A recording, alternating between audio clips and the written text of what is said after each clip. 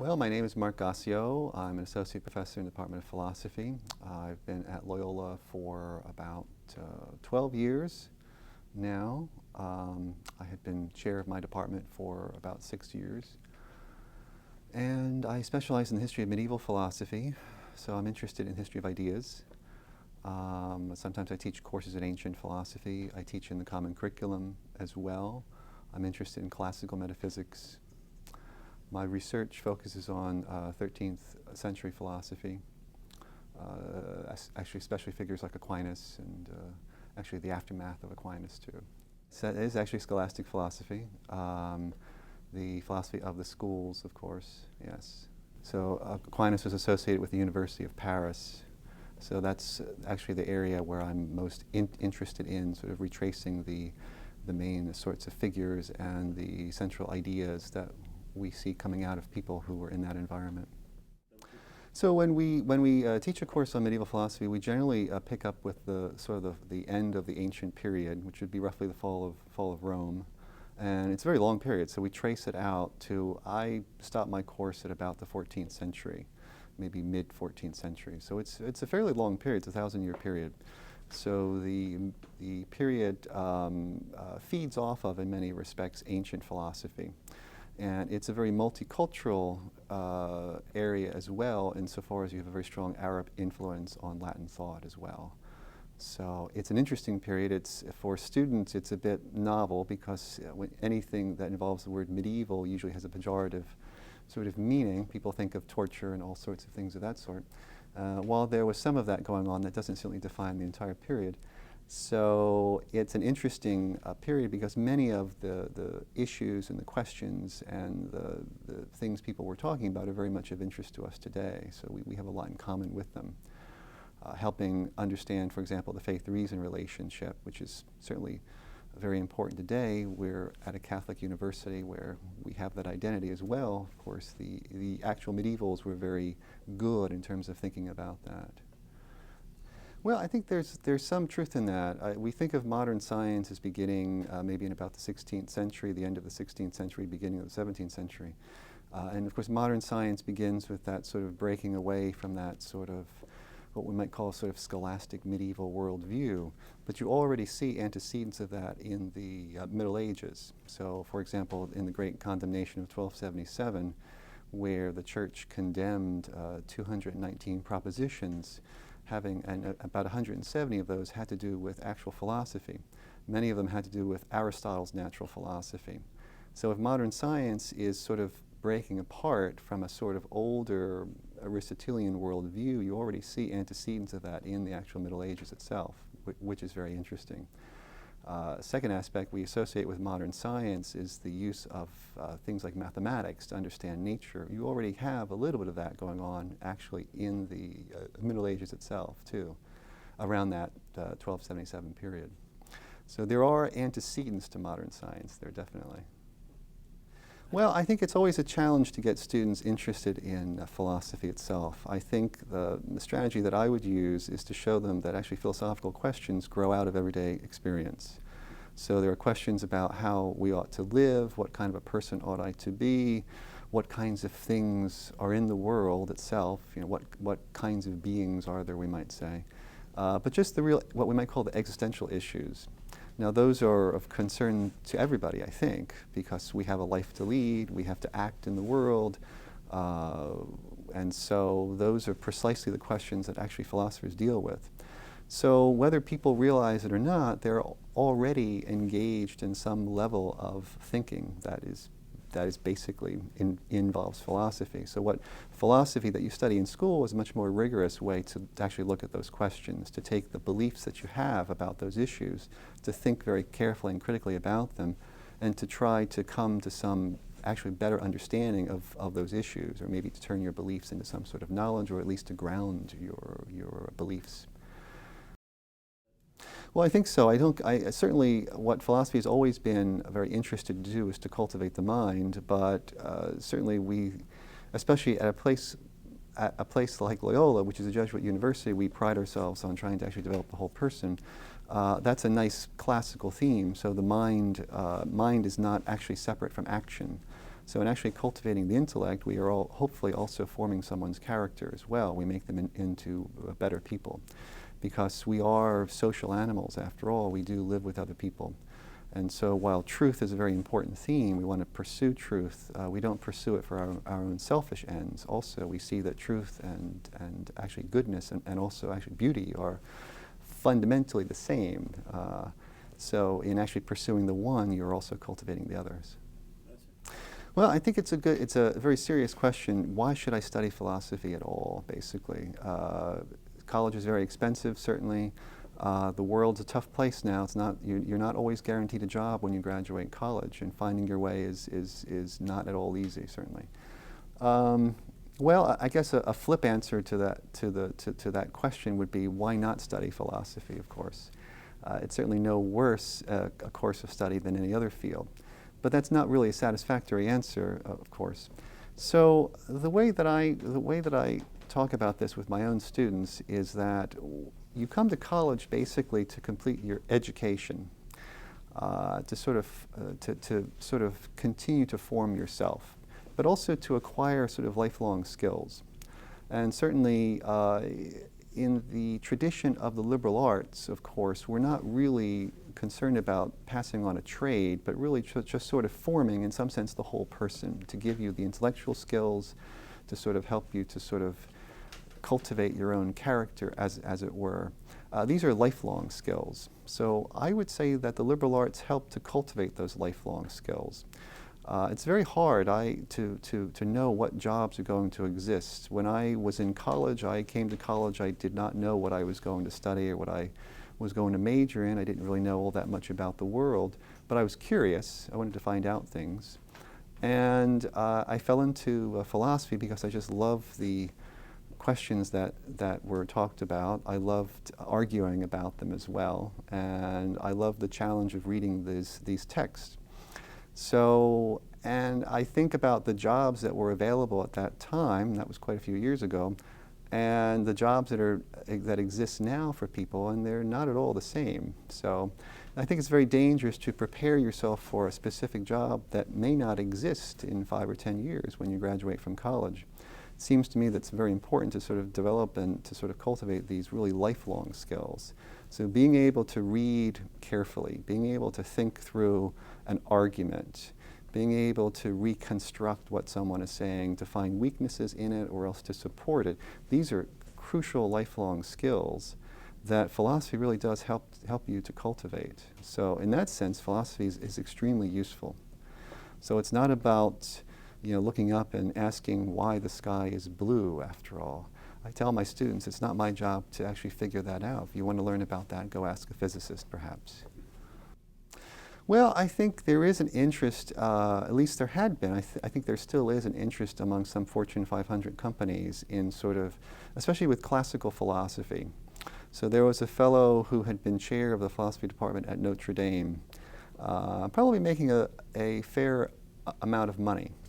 And he was a pretty good scholar too, but he gave it all up to be a consultant to Fortune 500 companies. His salary tripled, I think, probably. But what he was offering seminars on was basic Aristotelian ethics. So basically teaching virtue theory, which is an interesting idea. So certainly there is, I think, a great deal of power in the history of ideas, and especially certain aspects of it. You think of Aristotle's ethics as having a great deal of force. It's actually good stuff. So actually teaching executives about the meaning of courage or the meaning of prudence actually helps them, I think, to be better executives and to be better managers. And this is very important because of the power of these companies. They have a tremendous force within our own world, so it hopefully makes our own world a better place too if they're going to function as better leaders. Well, I think philosophy can be very good for the creative arts in that it opens you up to a world of ideas. When we study philosophy, we're not simply being passive. We're not simply trying to understand and absorb, but we're also, in some sense, taking an active role. We are thinking about whether this is good or whether that is good. And that's very important, I think. I think it helps to foster creativity by making one be active. I think with regard to the arts, I think just opening one up to a storehouse of ideas is very good. To be able to draw on classical themes, for example, when one is creating new forms of fiction, let's say, whether it be film or whether it be novels or short stories. I think that's actually a very, very good thing. And also what's really interesting in art, of course, are the big ideas that are actually talked about. So that's something that philosophy can help to clarify, I think, just because the great thinkers of the past dealt with those all the time. So Plato's a wonderful example of that, where he was keenly interested in questions of art. The Greeks, the nature of the good was closely associated with the notion of beauty. So for them, to actually think about these things and to be a good artist, in some sense, one could not avoid thinking about philosophy. Well, 20th century philosophy is a very crowded field, of course, and it's difficult to sort of give a quick lay of the land. There are philosophers who are working in the continental area, which you can think of names like Husserl and Heidegger as being sort of the sources of that, and then these are themes and ideas, or actually methods, perhaps is a better way to put it, which are being carried on. A lot of people in Europe are doing it, certainly some people in America. In the Americans, in the English language, of course, it's more of an Anglo-American dominated philosophy where there's an emphasis on logic and language. So you think of people like Wittgenstein, but also the German thinker Frege, Russell, certainly. These are all people in the early 20th century. There's a great deal of concern with logic and language. And there's a great deal of concern with the precision of thinking. So it's two different, those are the two main dominant ways of doing philosophy today. Probably within the United States, the Anglo-American framework is a little bit more dominant, basically. So there's a great deal of concern with logic and language. Within the history of philosophy, of course, there's all sorts of different approaches. History of philosophy is a very living and very, very active area as well. And there's different approaches. There are, folks who look at historical figures from a continental perspective, informed by that sort of approach. There are people who are interested more in logic and language. And there are those of us who take a sort of historical approach where we're very textual as well. So we sort of fly above that crowd a little bit, I think. So philosophy is a very crowded field. It's difficult to get, there's not a one dominant approach to it today. Some of it is extremely dry. Some of it is more interesting, I think. And I think there's enough in contemporary philosophy to basically to suit one's tea, I think. Well, I think that when we talk about, if we were to talk about Native American philosophy, it's tricky because a lot of philosophy, the history of philosophy especially, is very textual. So in order for me to study actually philosophy as it was done by Native Americans, or actually philosophy in Africa, or could be philosophy in other remote parts of the world, I would need a text, basically. And sometimes the lack of text, or if this was a culture that was primarily oral, that poses problems just in actually finding sources to actually study. As a historian of philosophy, I'm also very interested in trying to relate the ideas to see how one thinker might influence another. So that also, I think, limits me in terms of what I actually look at.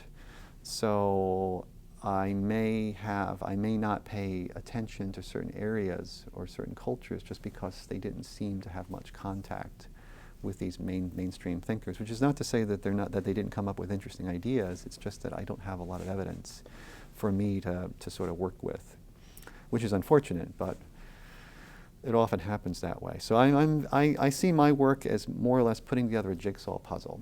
So sometimes it means finding pieces of the puzzle, which is very interesting and challenging, but it's really just a kind of a puzzle, trying to fit everything together. And I know that the puzzle pieces have a certain shape, and I know, okay, I have a sense that they do, this part joins to that part, but it's still a challenge because there's so many pieces. Unfortunately, it's not a 100-piece puzzle.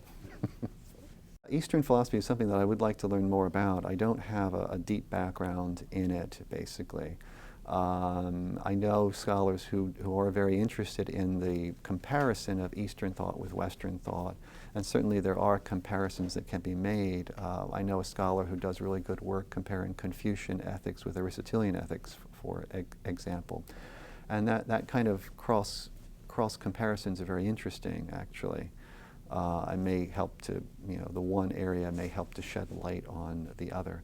But it's quite a challenge. Again, there's a lot going on in Eastern thought. It goes back a long ways.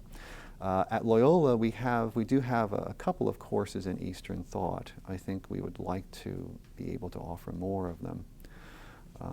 But it is an important area to be sure. Well, philosophy and religion have a long history, I suppose. Of course, Greek philosophy, you think, was a bit independent. You think of actually the case of Socrates, that the poor fellow was actually condemned to death for impiety. So we got off to a rocky start, I suppose. Within the history of philosophy, of course, with the advent of Christianity, of course, that has a tremendous impact on how philosophy is done. And certainly at Loyola, we're very interested in these questions because we're a Catholic school, where we take faith seriously, but within the with the Catholic background, we also take reason very seriously too. So the interplay of faith and reason is actually a crucial theme. So I see faith and reason as being fundamentally distinct, and I think it's sound historical grounds for that. But also the nature of actually philosophy is a rational discipline, whereas religion, for the most part, relies upon faith. And of course, faith and reason are fundamentally distinct. One is natural, one is supernatural, basically.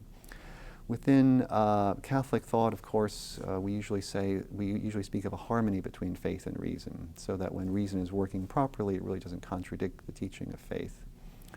And that's something that I think is quite good also to sort of actually present to students, whether they be Catholic, Christian, or not, basically.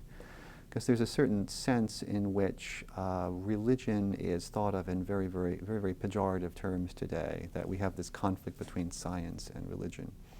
And that's really not historically been the case. There have been, again, some bumps in the road. You think of the trial of Galileo, for example. But the best of Catholic thought, you think of the history of ideas, someone like Aquinas, these are people who have embraced philosophy, who really have embraced science, who see it as a help for them in their attempt to actually do theology. And they themselves made very important contributions to philosophy. So I would say that philosophy, there's a great 20th century question, is there such a thing as Christian philosophy? That was a question that broke out in France in the 1930s and was continued to be talked about for about 20 or 30 years. And there were different approaches to that. So the one that I sort of have sort of followed is that no, there's really not a Christian philosophy per se. There may be Christian philosophers, just as there are Jewish philosophers or Muslim philosophers or Buddhist philosophers, but there's not a Christian philosophy, because it's very much like a round square, basically. These are two notions that are just fundamentally opposite. They can't be fitted together. Christian actually modifies, or is an adjective that modifies the individual, not the body of thought, basically. Or even to talk about God, there's an immediate assumption that those are questions that really should be resolved in actually theology, or maybe go ask a priest or go ask a minister about this. When we have to say, well, no, actually these are actually philosophical questions, or they can be talked about by reason itself. And it's very important, because there is a sense in which a lot of students who are just new basically would actually conflate these two areas. So philosophy has a lot to say about this. And again, within the Catholic tradition, that's been a voice that has been usually listened to as well. So we have been taken seriously on that. Well, I think Loyola has a lot to offer. I think that our position in the South as the largest Catholic university in the South is a very nice draw. We have a wonderful location in the city of New Orleans, which is just infinitely interesting, with many, many things to do. There's a lot of work to be done as well in this city. So certainly, a lot of students come to college and they end up staying there, basically, staying in that same city. New Orleans would certainly needs a lot of bright, talented people to come and to actually work. I think that this is a growing city, that there'll be opportunities here as well. So, and I think I think that it's an exciting place. Loyola has a very good curriculum. We have a very young faculty. We've made a lot of faculty hires over the last few years, so it's a very vibrant place. A lot of interesting stuff going on, a lot of interesting experiments in the classroom. And we're, the faculty generally are an interesting mix of people. Some of us are a bit eccentric. Usually we're rather fun to be around. So, or at the very least, we have a great deal of charm. So I think that it's an interesting place. I think that a student who comes to Loyola will get a good education if she picks her courses well. I think that I think it's a good place to be, basically. So I teach courses for philosophy majors in the history of medieval philosophy. I also teach a course on Thomas Aquinas. I sometimes teach logic. I'll be teaching a metaphysics course in the spring semester. In the common curriculum, I also teach common curriculum versions of a medieval philosophy course that looks at the relationships between philosophy and religion in the Middle Ages. I also teach the human person course as well. And I teach a course called Being in God is for the majors. I will be teaching a philosophy of God course for common curriculum students as well. So I teach a range of courses. Since I was chair a few years ago, I didn't teach a lot of common curriculum classes. I taught mainly courses for majors. So now that I'm free of that, I can teach a wider range of students.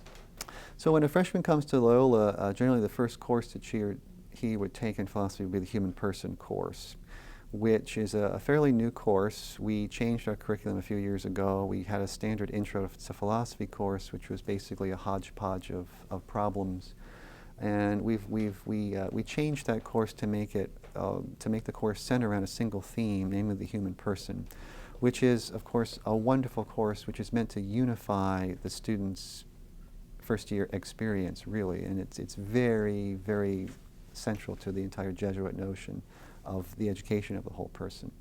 So in that particular course, we look at questions such as, very large questions such as, what does it mean to be a human person? What are there any ends to human life? Are there goals to human life?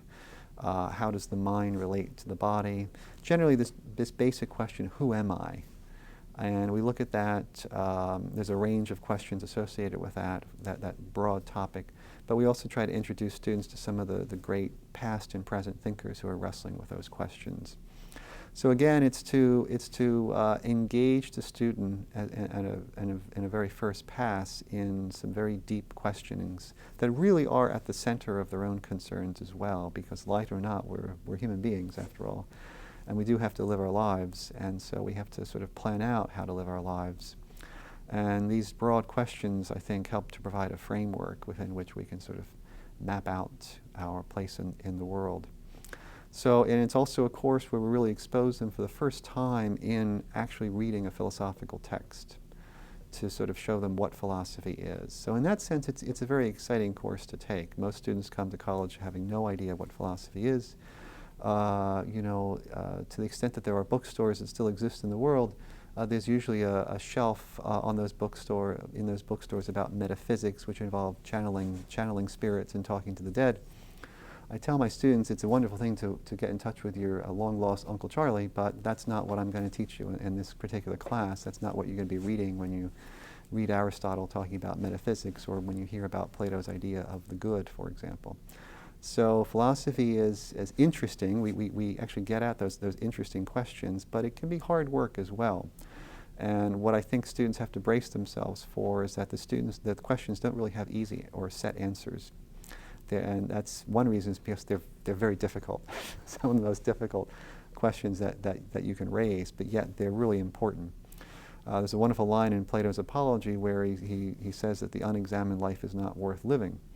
Well, of course, the examined life is precisely the life in which our students are really called to lead, where they're really thinking about these questions, really embracing their status as human beings, having minds and having a will and having this great power to do good in the world. And so there's a great deal of responsibility in being a human person. And one has to be prepared, I think, to meet that challenge. And I think philosophy has a very key role to play in helping students. Well, I would say that human beings are the animals for whom ethics is important, basically. We are the only ethical agents.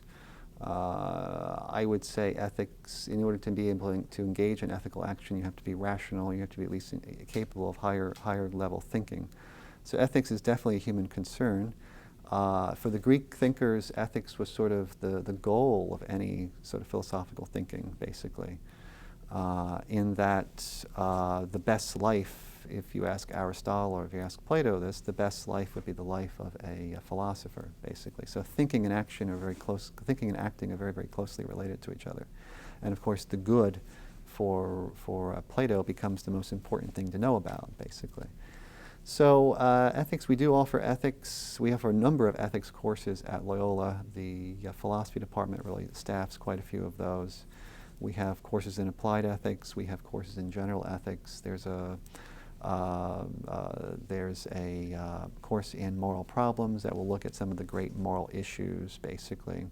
End-of-life issues, issues about lying, truth-telling in public, basically.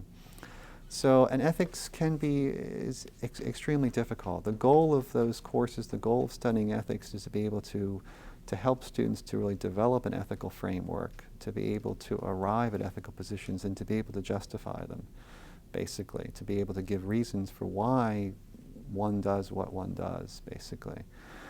We don't really indoctrinate students. We help them to sort of arrive at ethical positions that are actually defensible, basically. There are a number of different moral frameworks that one can take here, of course, and to be able to understand, okay, I can justify this action by appealing to these moral rules. Okay, I'm in a good state when I can do that, because the last thing that you want is for someone to just act in a very blind way without being able to give any rational justification for what he or she is doing. One of the great challenges in all of ethical acting is when we have these moral duties that actually conflict. So being able to handle or resolve conflicts of duties is also a really crucial concern, and that's what life is all about. We're torn in different directions. I might have an obligation to do X, but then I have this other obligation that should pull me in an entirely different direction. How do I resolve that? How do I resolve those kinds of conflicts? And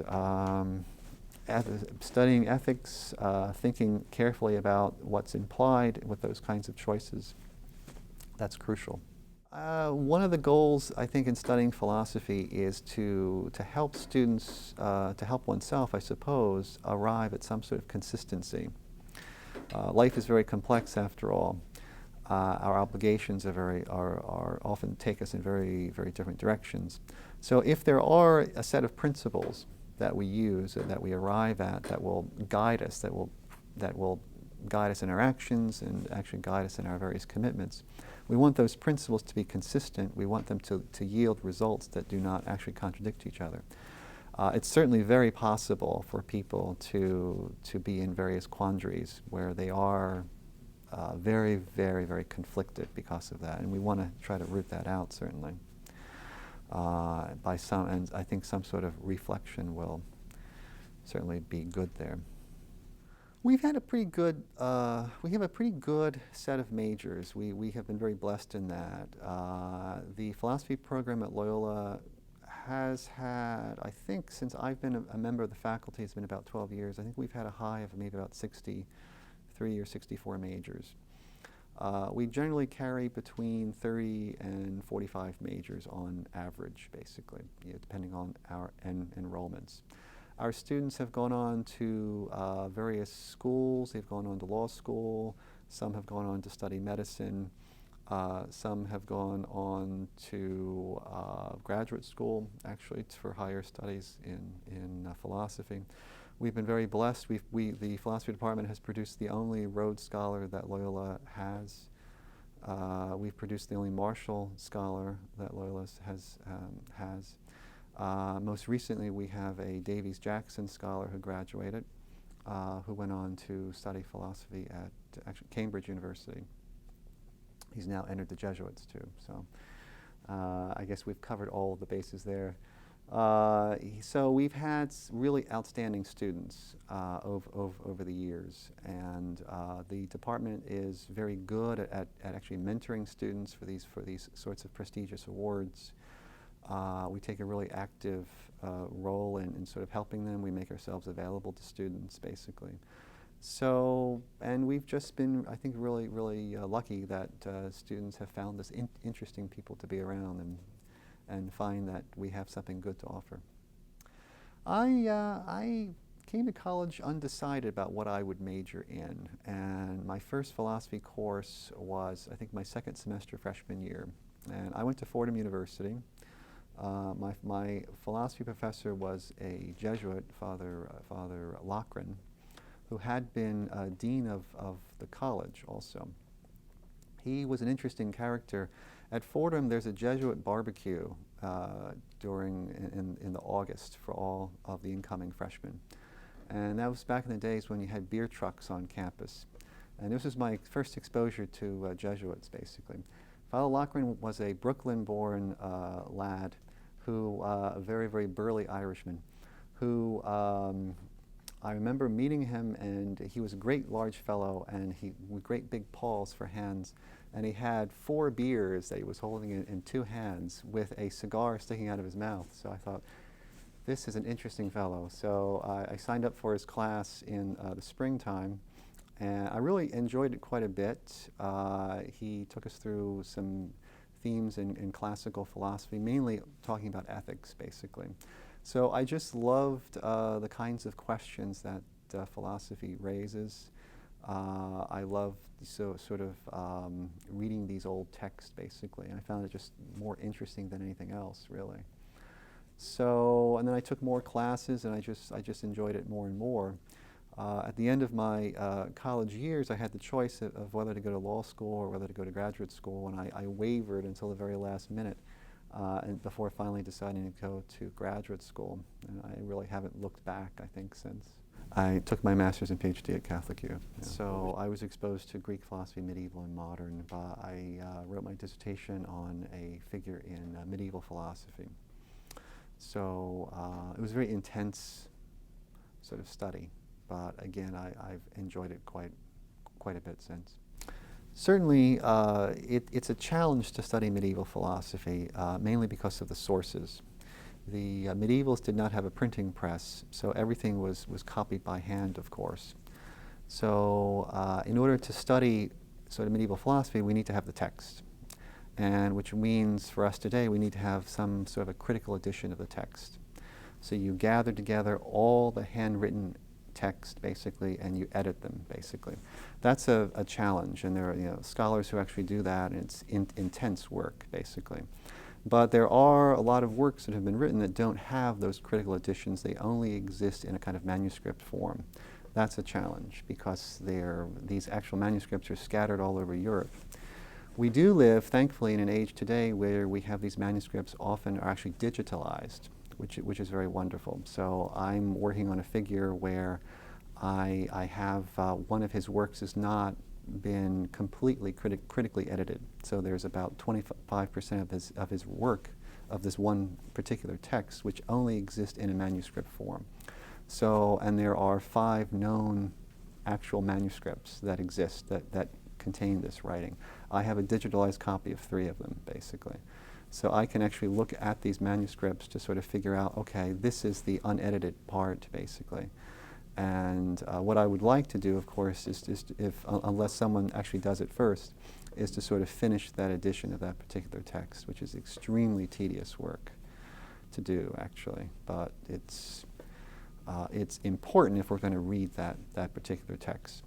So it's a huge challenge, because you have the problem of getting access to the sources, if it's been edited or if it's been not edited. Once you have it, then of course, for me, everything's in Latin, so you have to sort of read it in Latin. It's a huge challenge to present it to students, because then you have to translate it into English. And so for a figure like Thomas Aquinas, most of his works are translated into English. But for some of the other figures, You think of people like Duns Scotus or William of Ockham, or somewhat lesser household names like Henry of Ghent or Godfrey of Fontaines. These people are not at all translated, or very, very little of it has been translated. So that's a huge challenge in actually teaching medieval philosophy.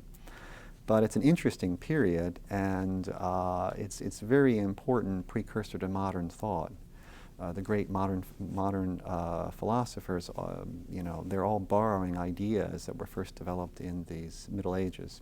So the idea that history of philosophy moves from the Greeks to the moderns, as if one is flying from the East Coast to the West Coast, and you just have that flyover country in between, is a gross mistake.